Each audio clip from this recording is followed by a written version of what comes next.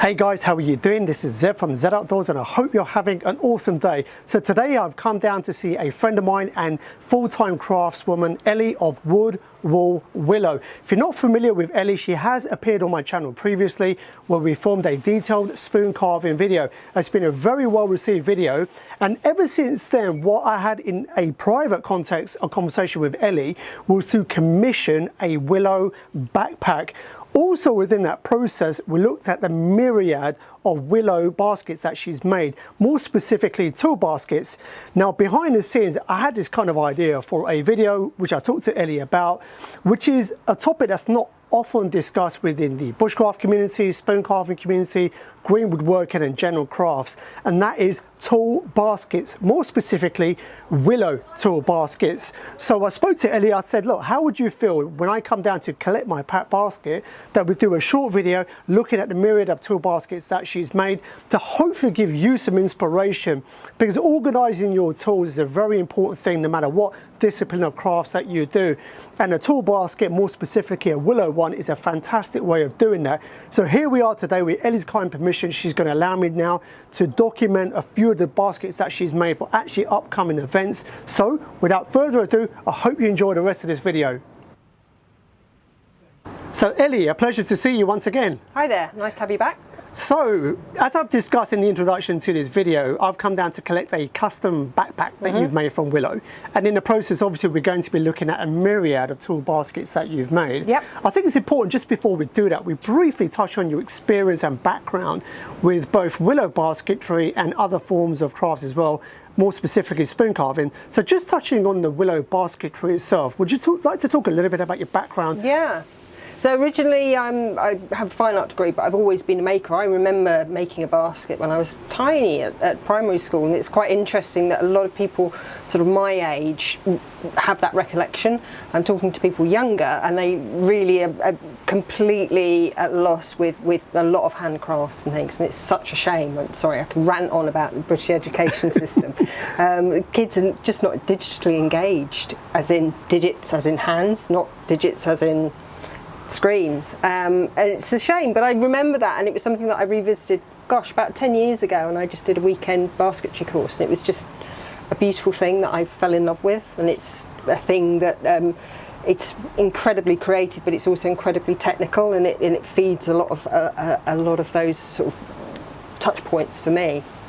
And so, do you do this on a full-time basis then with a Willow basketry? With the baskets and with the spoon carving, so I do teaching as well, so pretty much so, yeah, I'm engaged. I also work for the Worshipful Company of Basket Makers, so in a way I'm tandentially basket making for that as well. Excellent. And with the spoon carving as well, so you also do a lot of spoon carving, is that correct? Yes, yeah, so it's probably sort of 60-40 with the spoon carving, 60 with the basket making, because it just takes that much longer. If you're making a basket, there's a lot of preparation. With the spoon carving, it's relatively, you know, it's just that bit quicker for me. So coming on to the tool baskets then, would I be right in assuming that your very first project was a tool basket for yourself and your own tools? Yes, yeah, so I put it down here. So I went on a course to learn to make a particular kind of backpack, which was great, and I was really pleased with that. So I added the handle, which actually probably needs replacing because it's falling off. And I immediately thought, well, I want to use it for carving, but I want to put my tools in it, but it's a bit too big for my tools. So the first thing I did was make a little basket that sits on top, and then that's it. You know, it's my carving backpack. For me, I like to have a really sort of edited group of tools. I don't want to have that many tools, and I just want them easily accessible. So it's just got the essentials in there. My big axe and things I'll just carry with me. But yeah, so that's my first one, and yeah, and all my tools always just sit in that basket. So just one thing while you've got your kind of tools there, I think it's important to touch on, because it's going to be a bit of a through line with the other baskets that you got here. For example, if me or someone were to come to you or another Willow basket maker and getting a tool basket made, would the starting point be in terms of, well, what tools or what items you're going to be putting in there? Is that kind of like a starting point that you typically ask? In any bespoke basket, and it's not just a tool basket, but any customer that comes to me and wants a particular basket, my first question is, what are you going to do with it? And a really sweet story this week, somebody ordered a garden basket from the website. I said, that's absolutely great, yep, I'll put the willow into soak. And he said, oh, as you haven't made it, could I just add an alteration? He wanted the sides, sort of the ends slightly lower, and I just double checked with him exactly what he wanted. And he said, yeah, no, it's fine, it's for my mum and to do the gardening. And then the basket was finished and I delivered it to him this week, and he said, well, it's actually for my baby to go in the basket in the garden while my mum's gardening, and he sent me a picture of the beautiful baby in this gardening basket. Now, if we hadn't had that discussion, the sides would have been too high. Right. So, you know, that's exactly what I do, is how you're going to use it. And for me, I like my tools standing up, so they're going to be stood up. For some people, they might want them lying down. And it really is, you know, how you're going to use it, how many tools you're going to carry, you know, how are you going to carry them? You're going to carry them with an over handle, with a flat handle, with a shoulder strap. And, you know, these are all the sort of specific questions. You might have seen a basket that you quite like, but you want a slight adaptation of it. And great, send me a picture of that and we'll work something out. So it's like anybody that has a bespoke item made for them. It's a relationship that you have together that you end up resolving together. And just also to touch on, this is a discussion we had off camera, something I was unaware of, and that is referring to it as willow baskets or wicker baskets. Yeah. So do you want to kind of like put that to rest? I don't know. I mean, some other basket makers might catch me out on this, but my understanding is wicker is the. I think they're interchangeable. So a lot of the language for basket making, and especially with willow, is Viking. Came over with the Vikings. There's a lot of words there that were not used in any other context other than basket making, and they originally apparently came over with the Vikings. So I think wicker is possibly an older version of willow. So you can say willow baskets. Quite commonly we refer to them as wicker baskets, and my understanding is that wicker is the sort of the processed willow that's ready for basket making. I don't know if that's technically true, but I think that's where I'm interpreting it. And is there a particular type of willow that you use with your basket tree? Yeah, it would be willow that's specially made for basket making. So you can certainly use forage material, and there's a lot of people that use forage material, especially for things like frame baskets like this, which lend themselves to using forage material. So you can use things, sort of vines, even, you know, sort of creepy stuff like this. I'm not saying this would necessarily work, but anything long. I mean, if you look at that, that's long, sort of reasonably strong. By the time it's dried out, it might work. I don't know. Brambles, a very common one. Pared down hazel. Lots and lots of materials can be used for basket making. Traditionally, I use. A lot of baskets makers would use willow, and it's especially bred willow that's nice and long and slender, and bred for basket making. And is there a particular part of the country that it's grown in? Yes. So, well, every part of the country would have basket making. Yeah, it was the plastics of its day. So I live in southwest London, and there was a lot of basket making that went all down the Thames Valley and all along here. This part of London had a lot of market gardens, and to take the produce into Covent Garden, into the London markets, they would have to make baskets, and they would have to make baskets with the material that they had to hand. So I know that, for example, along the river here, the Thames is not far, in Barnes there was a lot of willow beds. All along here in Isleworth, all the way going down towards Kingston, were a lot of willow beds and a lot of basket makers. But in this country now, a lot of basket makers do have their own willow beds, withy beds they're called. The commercial growers are all down on the Somerset levels, down near Bridgewater. So there's three main suppliers there, and then there are some smaller commercial enterprises around the country. Excellent. So the next basket, in no particular order. Yeah.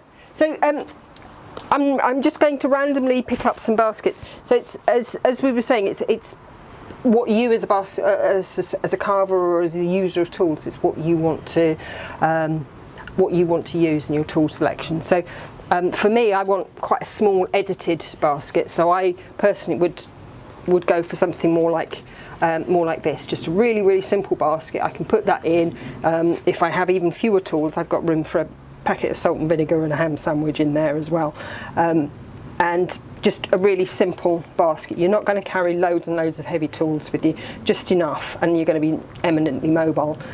This is just woven with a mixture of willow, so the base is quite smooth. It's what's called buff willow. So it's the same as this willow, but it's had the bark removed during a boiling process, and it's made it go this lovely golden brown colour. And then I've got some bark on willow here, different varieties of willow. Just a really nice, simple, very lightweight, easy basket.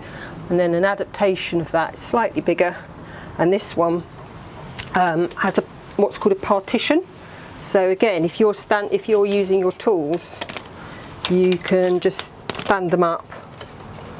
I'm just going to put some random stuff in here, and you can stand them up like that, and they're easily accessible. That's that one.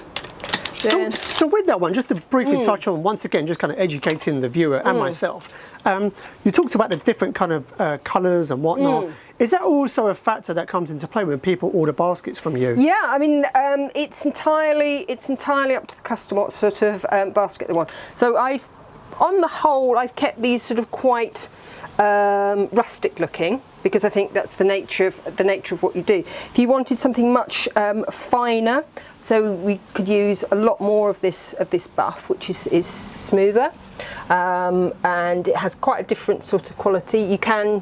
You also use some of the whites. I tend to only use white a little bit because it's literally over double the price of the browns, so it's really, really expensive. But if you wanted something really very fine, then we could go down that route. It's entirely up to you. If you see, if you've got a nice basket that your granny had, that you want something based on that, then that's eminently doable. We can make an adaptation on that. So I'm going to just another small basket, but different style, is an over-the-shoulder sort of basket. So again, you're just going to take an edited set of tools with you. It's not for, but you can, because it's got quite a wide bottom, you can actually fit quite a lot into it, and still have space for a flask of water or something. So that's good. And what are you using for the actual stripe? What material? So this is a canvas, a webbing. So it's kind of webbing that you would use. I use it on the backpack. I use a slightly lighter weight on the smaller ones and a heavier weight on the bigger ones. And it's just nice. I use it rather than leather. I know a lot of people will use leather, but if it goes to a wider audience, if anybody's vegan or doesn't want anything leather, then you've got the canvas webbing. So I literally just buy big rolls of it. And you attach it with toggles at the end? And then I carve the toggles. So there's quite a lot of people making shoulder baskets, backpacks. So my little thing is to make these nice little toggles, because I just think it's quite a nice finish to it. That's that one. Okay, so there's a bigger version of that, and I've made it, I had an order from somebody for an even bigger version. So again, it will sit nicely on the back, and you've got a the actual space in the bottom there is really quite big. And they're great for picnics as well. So I say that's my 4 bottle of wine version. The smaller one is the 2 bottle of wine version. But yeah.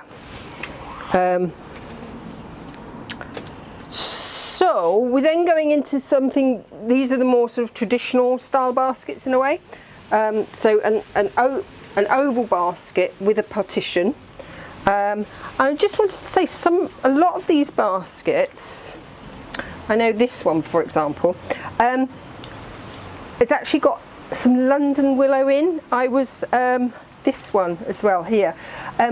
I was at a fair the Nunhead Cemetery Open Day, and somebody came up and I was chatting to them on the stall, and we were talking about Willow, and this really lovely man, we were chatting and chatting away, and lots of names were cropping up between us that we knew, and he said, well, I've got some willow on my allotment. Oh really? Yes, it was given to me by so-and-so, who's a very good basket maker. I said, oh, that's random, how did you get that? He said, oh no, I've got it, and I've harvested it.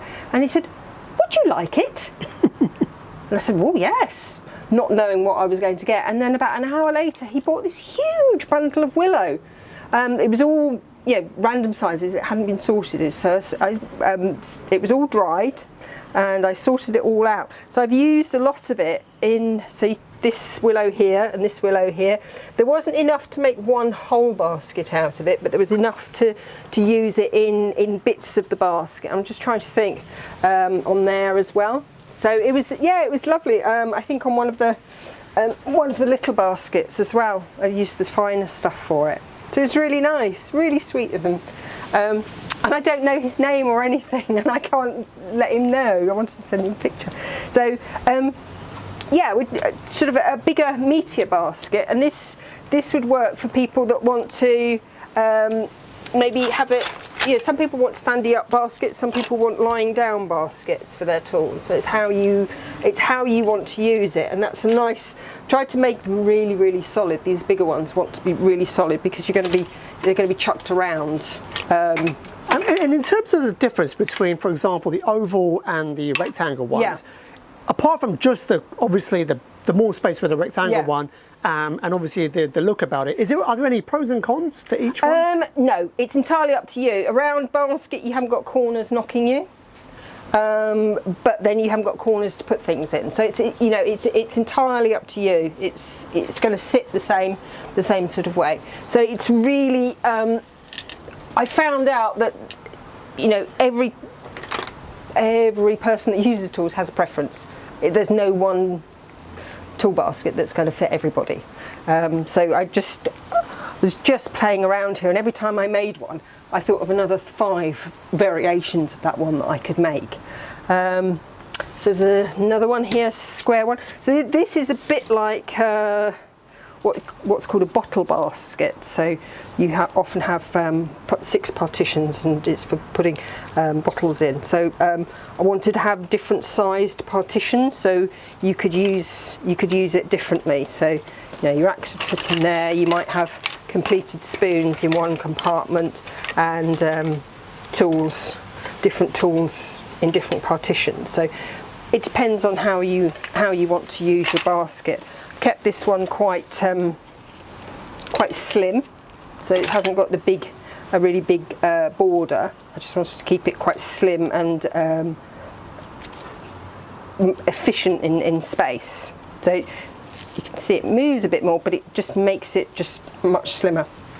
And someone ordering that, in terms of the layout of the dividers, that's obviously personal preference, is that correct? It's absolutely. So it's what works for you. So if it was me, I'd want lots of little dividers because I like to sort things. I like things sorted, but that's why I only have a small basket, because otherwise, if I had a bigger one, I'd fill it. So I like this one. I think this one would almost be the one that I would go for, because it's got 2 small compartments. But again, I made this quite robust. It's quite solid, and you've got plenty of space for plenty of tools. But it's not too much. You have to bear in mind that if you've got a bigger basket, you start filling it, it's going to be a bit heavier. So it's how much you want to be able to carry around. It's just a nice little square basket. And just another quick question on that, with the handle, is there a preference in terms of the handle, the loop handle going across the sideways or lengthways? I would want a handle that allows me access as easy as possible. So if, for example, I'd put the handle that way, it meant that it would be hard to put things in lying down. So for those where you're clearly going to be sort of standing things up, then that's going to work that way, and that handle is going to help things to stand up. Right. So it's just it's making those compartments as accessible as possible. So in the same way that that one is, it would be pointless to put the handle the other way. So you just want it as easy to use as possible. So another oval. So this is based on a sort of fairly classic shopping type of basket, but then I put in these big a big partition, and again you've got some small compartments and some big compartments, and it just depends on how you want to use it. And then a completely different style, and this is, I make a lot of these and I use them a lot, especially when I'm teaching, these flat square baskets, because I have a lot of them and they all stack up like that. So it might not necessarily be, don't know, it's entirely up to you. You could have I make slightly smaller versions, have the crosses going that way, but the handle is integral to the partition. So it's a nice solid basket, and it's definitely one for laying down tools. If you wanted a different version of a laying down tool basket, something dainty like that. So they would lay them down like that. So it's entirely up to you. And then while I was playing around, there's a big asymmetric. You could make these a lot smaller, make it a small round one with a single partition, and I have done that. Somebody ordered one from the website and then said, "Can you put a partition in for me?" So that's what I did. I had some already made, and then worked on putting the partition in. Made it a bit difficult getting the partition in once you brought the handle in. So that's, yeah, that, I mean, you've certainly got masses of space in that one for a lot of stuff. And then there's a nice bit of silver birch I found on the way to a teaching gig. Pull a quick handbrake turn. You go, no, wood! I'm going to have that. So, yeah, that's that. And then, yeah, lastly the backpack. So this is my classic backpack. So it's based on the very first one that I made. And if you wanted to have a drop-in basket, then I'd sort of slightly adapt the top, make it slightly rounder so that your basket would drop in. But yeah, just a backpack one like that. And once again, that's made with the webbing and the toggles. That's the webbing and the toggles. I've slightly adaptations. I put a toggle inside this time, which I hadn't done before, which I quite like. So I think I'll start doing that. And you can see here really clearly, we've got different varieties of willow. So they've all got the bark on, and technically all willow with the bark on is called brown, even though some is greener, some is redder. It's called brown willow, and it's the bark on. But they're different varieties. And depending on not just the variety, but how you dry it. So this has been dried in the sunshine, so it's got a lovely red colour.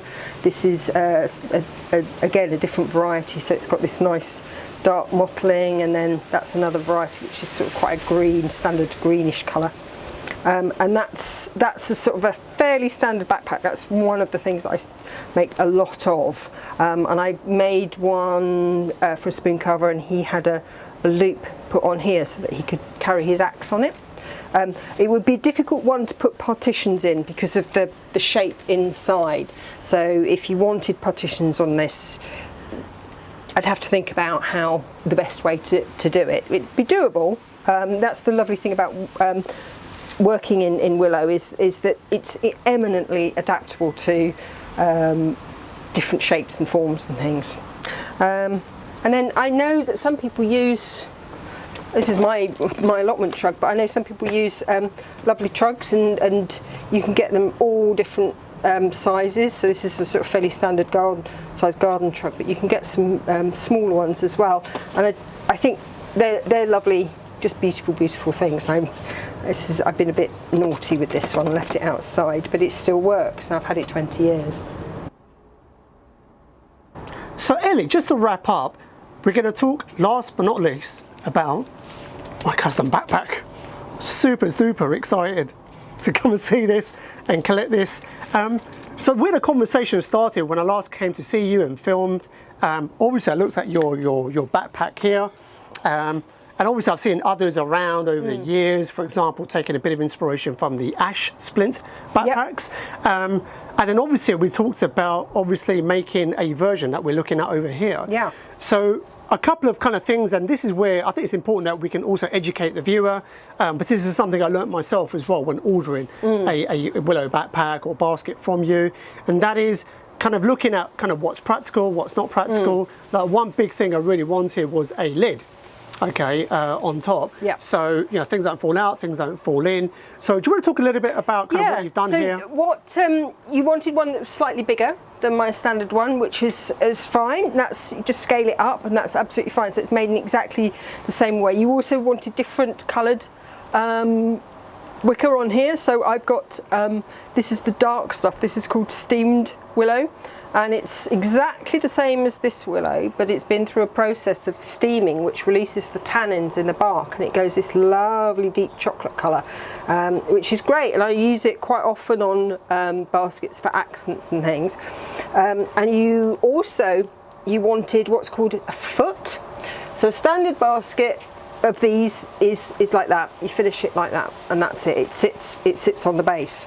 But with a foot, I don't know if you can see here, you're adding an extra plinth on it, and the purpose of this is if this wears out, you just take it out and replace it, and it gives the basket a lot more longevity. You'll often see it on things like washing baskets, because you're putting a washing basket on the ground, it gets worn out, and my old basket is literally worn out, but because of the way it's made, I can't put a foot on it.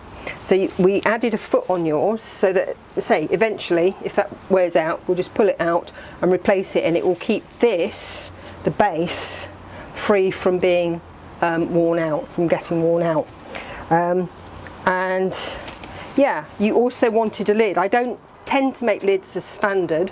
I know a lot of backpacks, people making Willow backpacks do. I tend not to, because I've never really needed one, and especially because of the way that I use mine with my basket drop in, it's not been a thing needed. So I've made a lid that goes on, so it needs to fit exactly over the basket, and I've tied it with a nice traditional leather hinge, but because I've got a solid handle here, having it hinged at the back so that it would lift that way, it's not practical because we've got this in the way, so it actually hinges that way, which I think is even better, because what happens is when it's tied on at the back, it's more secure, so people can't come and unhook it at the front while you're wearing it, so it keeps it much more secure. So it's a nice, just a simple little hinge there, just with the leather on there, and it fits quite snugly. And you've certainly got space for quite a few sandwiches in there, Zed. I know, we were talking about the sandwich metric. for backpacks and bags. Yeah. And with this one here, in terms of the straps at the back, yep. You've obviously done the webbing and you finished yep. them off with toggles, haven't you? Yep. So you've got the toggles, same thing, toggles at the bottom, and they're riveted. I put the rivets on. You've got the really strong, it's really thick webbing. I've never had any issues with it. It's sometimes, well, we were talking about other things, about supplies earlier on. Sometimes it's been quite hard to get the colour that you want. This dark colour hasn't been in for a while, but yeah. So that's your backpack, Zed. Awesome. I'm really chuffed with that. And just to kind of wrap up on this one, what's the willow that you used on this? So this is all Somerset grown willow. We've got the steamed. I think, I can't even remember. I think this might be Flanders green. This is, no, that's Brittany green, that's Flanders red, that might be Flanders red, I can't even remember, and Blackmore. So these are all varieties that are grown on the farm down on the Somerset level. So it's a beautiful, amazing part of the country, and it's a huge farm with masses and masses of willow, and it's, yeah, They the less common one. So the most common willow is the Blackmore, is this one. And the less common willows you have to buy really early in the spring when they've just cut it, well, in about February time when they've just cut it, and then I bring it home and dry it at home. So the spare room is just completely full of willow throughout March and April, drying. So just to wrap up then, a couple of questions I have for you. Number one, care and maintenance for willow baskets. Is there any kind of pointers that you give? Yes, so the old rule of thumb is stick your basket out in the rain once a year. It's a living material, and especially with centrally heated homes, it can get very, very, very dry and brittle. So just leaving it out once a year just to get hydrated, it's a bit like moisturiser, and it's no bad thing. But other than that, that's absolutely fine. The thing with baskets is that they can be repaired. So if there is an issue, and very commonly it would be a handle. That's the most common repair that I do. So somebody's got a lovely basket that they've had for ages, that was their grannies or their aunties, and it comes with a broken handle. So it's a really common repair to just put a new handle on. So something like something like this, you might say, oh well, the hinge is broken. Well, that's fine. You just repair it. It's it's an absolutely standard thing about baskets. So last but not least, just to kind of once again educate the viewer and also myself, if someone were to come to you from scratch or another willow basket maker and they wanted to order a tall basket, what's the general process that you go through, and what are some kind of tips and pointers that you would give? I think it's, as we were saying before, my first question is, what do you want to use it for? What sort of size are you looking for? What sort of material are you looking for? And then we would, have you seen anything that you like or any inspiration on that? And it might be a discussion back and forwards. I like this, but I don't like that. I want that. I want that. And often I'll draw a design and then send a picture of the design with some design notes on it. So that it's very, very specific, and it'll have the kind of willow, and I'll tell you what kind of willow we'll have. So I might, this is actually quite a common combination, is to have this buff willow, especially on the border, and then this is called brown willow, even though it's green because it's got the bark on for the sides. That's quite a common combination, so I might draw that. Or if you want some white, or if you want steamed, and I'll draw that. Some people are very, very open-minded and say, well, I don't mind, I'll leave it up to you, which actually sometimes completely freaks me out, because then I have it's like too much choice. And somebody came and they wanted a colourful little shopping basket, and I ended up making about 4 or 5 of them because I couldn't, well, maybe that's not colourful enough, oh, maybe that's too colourful. So open briefs are great, but they can be a bit too open sometimes, and very, very tight briefs, that's it. It's very specific. You might have a very specific dimension. Your tool basket is going to go to this, it's got to fit in this part of the house or this part of the car. Or I've made a very, very, very tall, narrow basket because somebody was living in a motorhome and they wanted a storage basket that went in there. So it's really, really, if you give really, really specific things, and that's fine. And the great thing about willow is that it is eminently mutable. It can be changed, it can be made into any sort of dimension that you want, and a discussion with a basket maker will enable you to resolve any sort of issues that you have. So there you have it, my friends. That is a wrap for this video. Ellie, thank you so much. Thank you, it's lovely. That was really educational for me as well, even though I know we've spoken off camera about your myriad of baskets. I know it's a bit of a slightly curious topic, right, of this video, but I felt talking to Ellie a lot off camera since my last visit, and I thought actually this will be quite an insightful, which I hope is an insightful topic to cover for people, because at the end of the day, as I mentioned at the very beginning, regardless of your discipline, spoon carving, whatever, right? You have tools. Yeah. And to keep those tools kind of organised is quite a nice thing. And it's, I say to people, sort of slightly off topic, but it will come around to topic, is one of the oldest professions is always talked about as prostitution. I say, no, it was basket making, because people have always had to need to lug stuff around with them. Even prostitutes. And even prostitutes.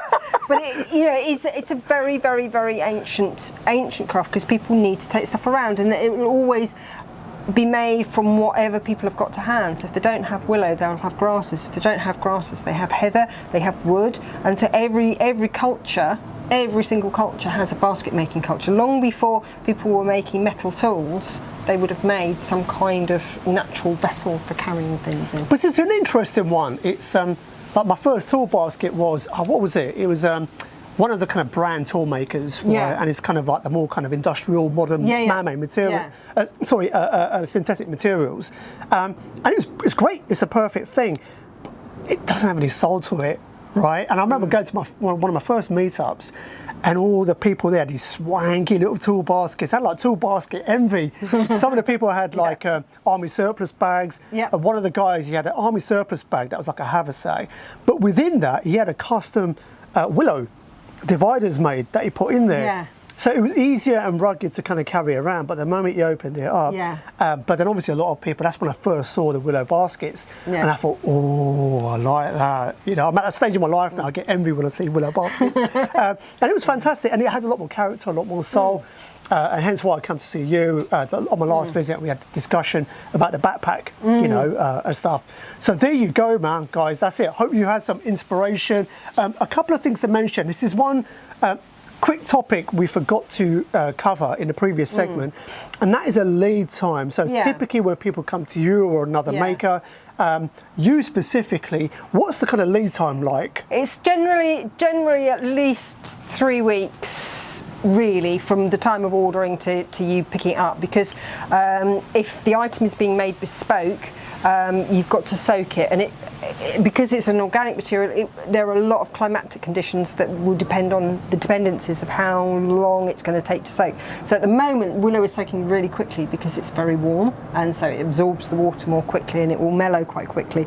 In the winter, you can double it or even triple the soaking time. Right, oh wow, that much? Yeah, and you're breaking the ice on the soaking tank to get it out and stuff, and at that time you think, oh, it's taking too long, you stick it up in the bath, in a hot bath.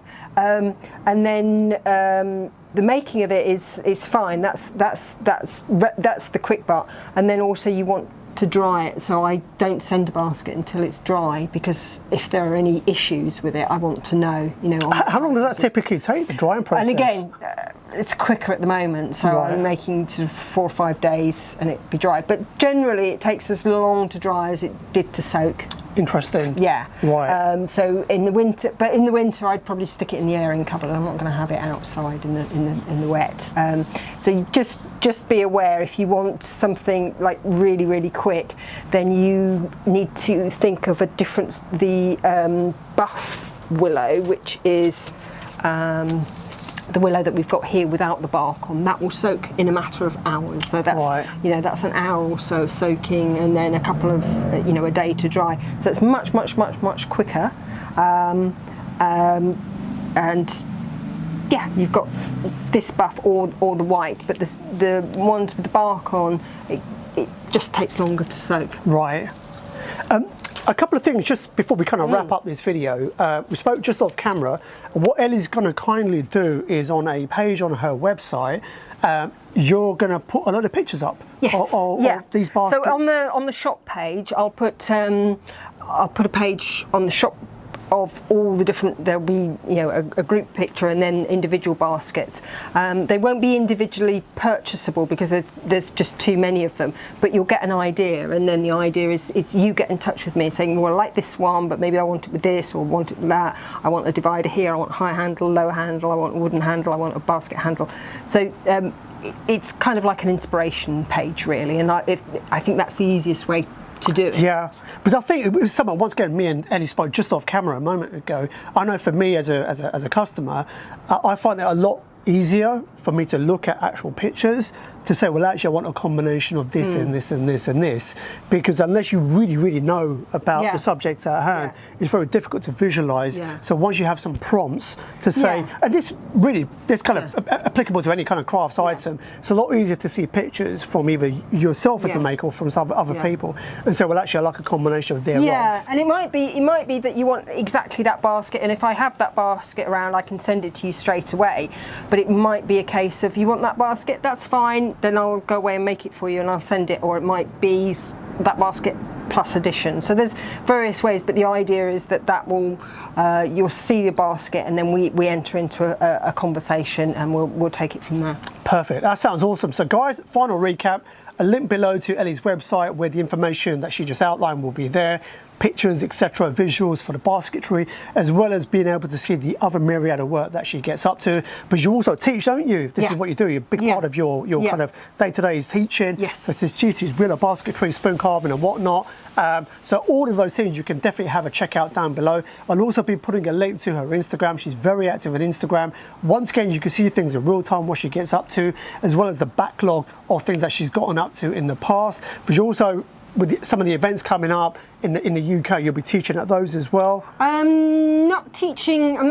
No, I don't think I am teaching. I don't know. But demonstrating at the very least. Possibly. Yeah. So I'm just hanging out, really, having a nice time. That's it. As long as there's cups of teas and biscuits, that's it, right? Yeah. So, so once again, website down below to Ellie's website, as well as her Instagram. Highly recommend you go check that out. If you have any questions or queries, you can either contact her via her website or through Instagram chat. Each one of those two are fine, aren't they, to get in touch. If you have any questions or queries, regardless if you go to Ellie to get one made for yourself or to another maker, Ellie's very approachable, very helpful. I know she's advised me on a lot of things behind the scenes, so you can feel free to message her. Once again, links below. The final thing I will be doing is putting a link below to the previous video that I did film with Ellie on my last visit down, which is the spoon carving video. And also, all being well, we will be filming another 1 or 2 videos today on my visit down today to see her at home studio here in London. All of those videos, links will be down below. Highly recommend you check that out. She's a very talented lady, lovely to be around. She's a fantastic teacher as well. So all of those links to everything that I described are down below. So Ellie, sincerely thank you once again. You're welcome. For taking the time out for me to document this. Hopefully it's taught you a thing or two. I know it taught me a lot of things. Even filming today, I learned 1 or 2 things that I wasn't aware of. So guys, hope you enjoyed this video, and as always, I hope whatever you're doing, you have a blessed day, a blessed week ahead. From Ellie of Wood, Wool, Willow, and myself, Zed Outdoors, peace out. Bye.